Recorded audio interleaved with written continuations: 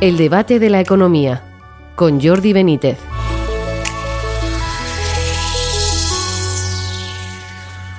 Bienvenidos al debate de la economía.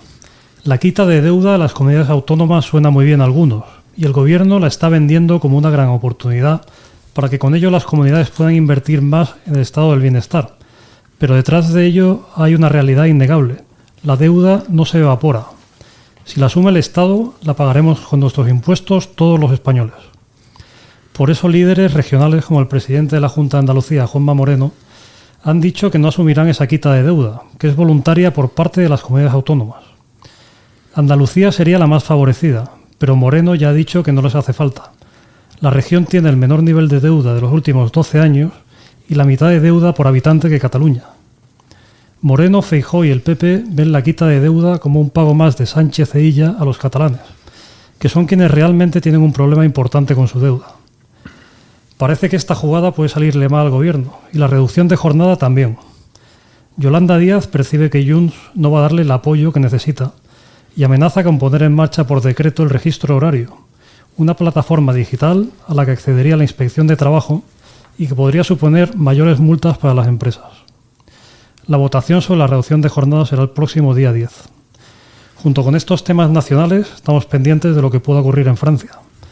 El Gobierno se someterá a una moción de confianza el próximo lunes que evaluará el plan de recorte de 43.800 millones de euros de gastos planteado por el primer ministro para contrarrestar el déficit excesivo del país. Para hablar sobre todo ello tenemos hoy con nosotros a Miquel Buesa, catedrático de la Universidad Complutense. Bienvenido, Miquel. Hola, ¿qué tal? Y a José Ramón Pin Arboledas, profesor del IES. Bienvenido, José Ramón. Aquí estamos. Primera pregunta, ¿aciertan el PP y sus gobiernos regionales negándose a la quita de deuda? Yo creo que sí. Creo que sí. Por varios motivos. El primero es que no les supone ningún ingreso adicional. Porque de acuerdo con la Ley de Estabilidad Presupuestaria, la reducción de coste de intereses tiene que aplicarse a la reducción del gasto público. Y por tanto, ese argumento del gobierno que van a poder tener más gasto social es radicalmente falso. Eso en primer lugar. En segundo lugar, porque está calculada la quita para beneficiar a dos regiones principalmente, que son Cataluña, gracias a los acuerdos a los que ha llegado el gobierno con los nacionalistas catalanes, y paradójicamente Andalucía, que es donde la ministra de Hacienda se va a presentar a las elecciones. Y a todos los demás, pues a unos se les maltrata más o menos, especialmente en el caso de Madrid. Hoy se ha publicado una estimación alternativa basándose en el argumento de que había infrafinanciación, sobre todo durante los años de la crisis financiera, ¿no? Y entonces, de acuerdo con los cálculos que han hecho en el IBIE, en el Instituto Valenciano de Investigaciones Económicas, siguiendo ese criterio, pues resulta que a Cataluña habría que quitarle unos 5.000 millones de euros sobre la cifra que ha publicado el gobierno. Paradójicamente.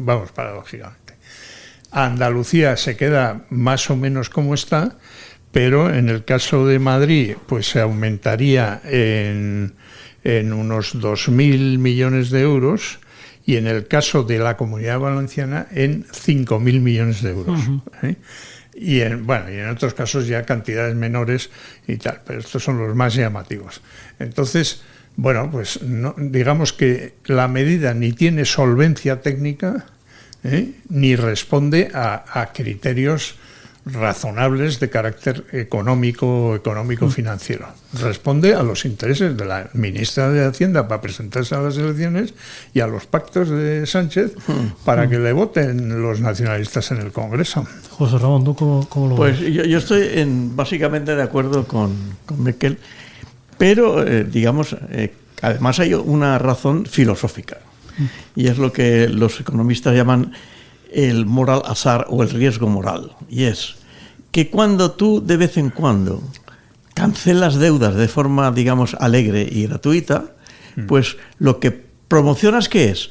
Pues que los gestores de esas comunidades pues lancen deuda cada vez más, porque dice, oye, yo me financio con esta deuda y algún día vendrá el Estado y me la quitará. Con lo cual, esto es un tema, esto es, como diría La Fontaine, es favorecer a las cigarras en contra de las hormigas. Sí, Claro, las cigarras que dicen, más deuda, como Cataluña, más deuda, y de repente te la quitan. Y la hormiga que ha estado diciendo, bueno, vamos a ser austeros, no gastemos más de lo que tenemos, ahorremos incluso un poco más y tal y cual. Estos de vez en cuando, claro, como tienen poca deuda, pues no se la quitan. Y entonces la cigarra se va al hormiguero de la hormiga y en lugar de lamentarse como hace con La Fontaine, lo que hace es coger la mano, ponérsela en la nariz y hacerle así que hacen los tranquilamente. Entonces, este es un tema. Porque esto es y además, como decía Miquel, es la mutualización de la deuda. Vamos a ver, pongamos que un catalán tiene una deuda sobre sí de 100 unidades sobre sí. Y como además eso le supone, vamos a suponer, 2 euros al año de intereses. Pues un 2%, vamos a suponer que es una buena deuda. Sí. Entonces, lo que va a hacer Montero es que el catalán, en lugar de tener los 100, como se lo absorbe, va a tener solamente 12 euros de deuda, porque eso se lo absorbe, pero como los catalanes son el 12% aproximadamente de la población y lo hemos mutualizado, le corresponde la parte proporcional. De esos 100 serían 12. Ya se ha quedado con 12. Pero el resto de los españoles nos hemos quedado con 88. Con el resto, sí. Y él pagará solo 0,12, porque es y el resto de los españoles el 0,88 o el 1,88 que nos toca tomar. O sea, que es que por eso esa mutualización es cara para aquellas autonomías que han sido, digamos, hormigas. Y especialmente para Madrid, por ejemplo, para La Rioja, para la Comunidad Valenciana, para la Comunidad Valenciana, etcétera. Entonces, eso es el tema. Y luego, como te dice Miquel, el otro es el tema político, y es decir, oiga, yo soy la oposición, ¿y usted qué quiere? ¿Que yo le resuelva un problema que usted ha montado porque ha hecho un pacto de legislatura para poder ser investido? O sea, bueno, ¿y qué quiere? ¿Que yo se lo resuelva? Pues es que es una desvergüenza, o sea, echarle la culpa a la oposición porque no le ayuda a resolver un pacto que él ha hecho para poder ser invertido. Es una desvergüenza. O sea, tanto por razones contables, razones morales incluso, o por razones políticas, pues yo creo que es perfectamente. Ahora, además, hay una cosa, que esto tiene que ser aprobado en el Consejo de Ministros, pero tiene que pasar por el Congreso de los Diputados. Sí. Vamos a ver. Hay un señor que se llama Compromís, o sea, no me acuerdo cómo se llama el nombre, pero un partido se llama Compromís que tiene 2 diputados valencianos en el Congreso de los Diputados. 2 diputados cuyos votos son tan esenciales como los de Junts para poder sacar adelante cualquier cosa, porque la mayoría absoluta es escasa. Van estos 2 diputados de Compromís, uno de los cuales ya se ha ido al grupo mixto, rompiendo el grupo de Sumar, a traicionar a su Comunidad Valenciana. No parece. No creo que sea. Porque eso, desde luego, no sé en otros sitios, pero en el periódico de las provincias, que es el periódico, digamos, más emblemático de la ciudad de Valencia, los van a poner a caer de un burro. Con lo cual, yo no veo tampoco fácil que en el trámite presupuestario lo apruebe. Además, luego pasará por el Senado, mayoría absoluta del PP, que no tiene, como sabemos, el Senado la capacidad de veto, pero sí de alargar la situación. De manera que al final esto va a ser, como siempre, una maniobra de distracción para seguir entreteniendo a Esquerra Republicana de Cataluña, que parece que no se da cuenta que le toman el pelo, y además quitar la atención de los temas básicos como la corrupción, etcétera. Entonces lo ha visto así el PP y ha dicho, oye, no hagamos el panoli.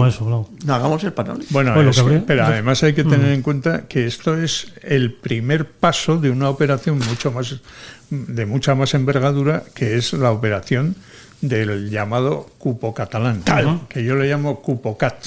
El cupocat.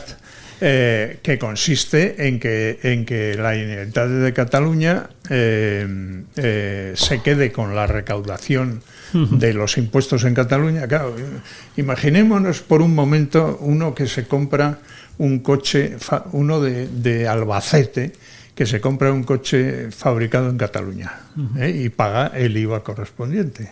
¿Dónde se recauda el IVA? No en Albacete, sino en Cataluña. O sea que el castellano manchego que ha pagado ahí el IVA para que la Generalitat se quede con la pasta. Y esa es la operación, digamos, detrás de la cual está este asunto de la quita de la deuda, ¿no? Pero fíjate que, Víctor, eso es lo que pasó en gran parte del siglo XIX y del siglo XX.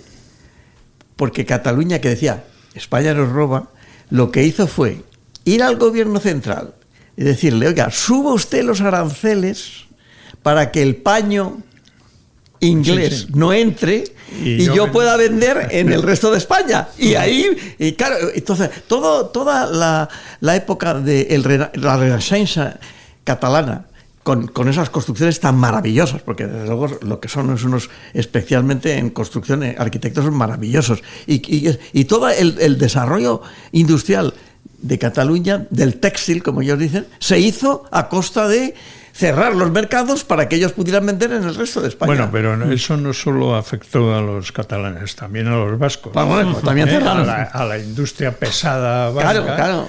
Y a los cerealistas castellanos, que se quitaron la competencia de los países, sobre todo del este de Europa, que eran mucho más eficientes en el cultivo del trigo. O sea, que en fin, que aquello fue un disparate mutuo de casi toda España, ¿no? Oye, por un lado, parece que también lo comentaba Juanma Moreno el otro día, ¿no? O sea, que parece que esto quitaría un poco el debate de la reforma del sistema de financiación territorial. Claro. Una reforma seria, que es lo que hay que hacer, ¿no? Claro. Es que el único elemento de reforma de la financiación autonómica es el cupocat. Y todos los demás que se fastidien. Claro.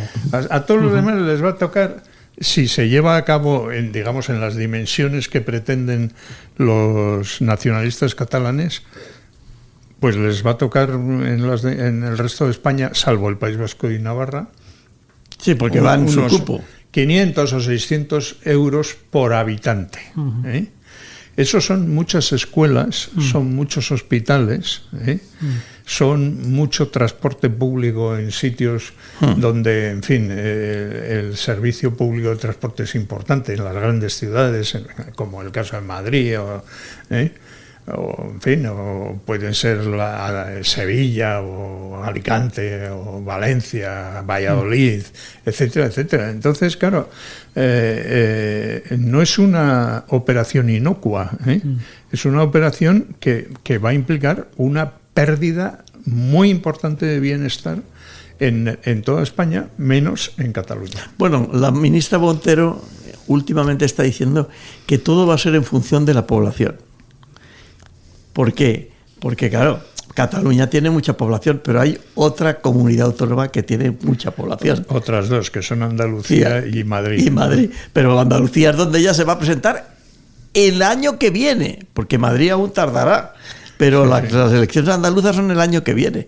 Y entonces, bueno, yo creo que todo está pensando en lo que piensan esta gente siempre, en ver los réditos electorales que le van a salir mal de todas formas. Porque lo que es curioso es que las encuestas dicen que Andalucía, el PP sigue teniendo mayor resultado, a pesar de que Vox crece. Que Vox, por lo visto, es el partido favorito de los varones entre 18 y 26 años. Es una cosa curiosa. Oye, bueno, esto tiene que ver con lo de Francia. Bueno, déjame un brevísimo apunte adicional. Es que además todos estos asuntos financieros no los entiende casi nadie. Exactamente. Y entonces a los electores les puedes contar cualquier cosa porque no entienden de lo que hablan, de lo que les están hablando. Pero en fin, que se fíen de nosotros, que sí entendemos. Hoy, antes de pasar a Francia, va a hablar una breve pincelada de la reducción de jornada, porque es un asunto en el que Yolanda Díaz está muy empeñada. Pero no lo va a sacar. No lo va a sacar. Y está amenazando con esta cuestión del registro horario, ¿no? Que parece una cosa muy rara, ¿no? O sea, la inspección de trabajo pendiente de lo que hacen los trabajadores, multas a las empresas, ¿no? O sea, como si esto fuera la Gestapo. Pero vamos a ver, ¿cuántos inspectores de trabajo tiene? Claro. O sea, podrá ir a las grandes empresas, a la mayoría de las empresas no va a conseguir nada. Teniendo en cuenta que además las grandes empresas, muchas ya están por debajo de los 37,5 horas a la semana. Es que realmente esta es una medida que a quien fastidia es al 99% de pequeña y mediana empresa, y sobre todo de pequeña o de microempresa. Que al final, por ejemplo, en una microempresa no se aplica, porque una microempresa que tiene a lo mejor un trabajador, el horario se lo marca el trabajador y el empresario a la vez. Porque eso no tiene, ¿qué vas a enviar? ¿Hay un inspector de trabajo?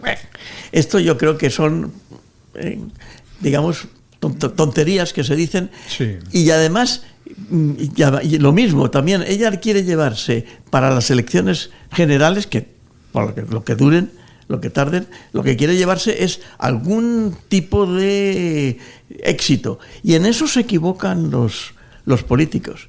Eso me pasó a mí con Fernando Abril, que en las elecciones del 82 UCD no sacó ninguno. Y yo ya me había ido de la UCD porque pensé que era un fracaso. Y entonces me dijo Fernando Abril, con lo que yo he hecho con Por Valencia. Digo, oye, Fernando, es que la gente no vota por la historia, vota por el futuro, vota por lo que cree que puedes hacer. Lo que has hecho es que es tu obligación. Es decir, lo que has hecho como político es un síntoma de lo que puedes hacer, pero lo que la gente calcula es qué puede hacer un político por mí, y según eso vota o no vota. Bueno, aparte de que en este asunto del horario, lo razonable es que sea cada empresa. En la situación actual es que se resuelva a través de la negociación colectiva. Claro que, ya hay un montón de convenios que han reducido la jornada laboral. O sea, que el alcance de esta medida es muy pequeño, en realidad. Sí. Pero claro, la ministra de Trabajo, la Yolanda Díaz, va a ir a las elecciones diciendo: es que he reducido la jornada y he aumentado el salario mínimo. Y entonces el del salario mínimo va a decir: joder, pues es que con este salario, además de que la jornada me da igual, con este salario no me llega. Y con este salario me llega menos. ¿Cómo voy a votar yo a esta individua? O sea, y además me llega menos que hace 5 años, que era más bajo, pero me llega menos, porque ha habido la inflación. La inflación, claro, sí, efectivamente. Oye, cerramos con la cuestión de Francia, ¿no? Porque bueno, está ahora en un momento crítico. Y saber vuestra opinión de cómo veis que esto afecta a Europa, porque al final al que vive en España lo que le interesa es cómo le afecta a él, ¿no? Y en este caso, ¿cómo afecta? Bueno, digamos que de una manera directa no nos afecta. Afecta a la solvencia, digamos, del conjunto de los países europeos, porque, claro, esta situación de Francia es una situación en la cual, se ha llegado a unos excesos de gasto tremendos y a unos niveles de endeudamiento y de déficit público que tienen que ser corregidos y que además van a ser corregidos aunque caiga el gobierno. O sea, claro, al político que le toca presentar un plan de austeridad, pues todo el mundo se mete con él. Pero efectivamente el ajuste llegará a ser inevitable. Claro, es mejor que sea un ajuste ordenado que sea un ajuste caótico, derivado de la variación de los tipos de interés de la deuda, etcétera, de las primas de riesgo y de todo este asunto. Como ya vimos nosotros en el año 2008, cuando nos tocó una situación similar. Bueno, al final se logró corregir, pero se logró corregir trasladando el empobrecimiento de la sociedad al conjunto de los ciudadanos. Y esto es lo que va a pasar en Francia, guste o no guste. Vamos a ver, ¿qué puede pasarle a España en teoría salvo lo que ha dicho Miquel, que es muy importante, pero en teoría, vamos a ver, nosotros exportamos un 15,6% de toda nuestra exportación va a Francia, un 10,3% a Alemania y un 7,8 y un 8,7% a Italia. Con lo cual, hombre, un 15 no es demasiado, aunque es el principal receptor de nuestras exportaciones. Sí. Pero es que el turismo francés es el 13% del total, es el segundo después de Inglaterra. O sea, y ya en el 24 ha habido una reducción de la entrada de turistas franceses y en el 25 también.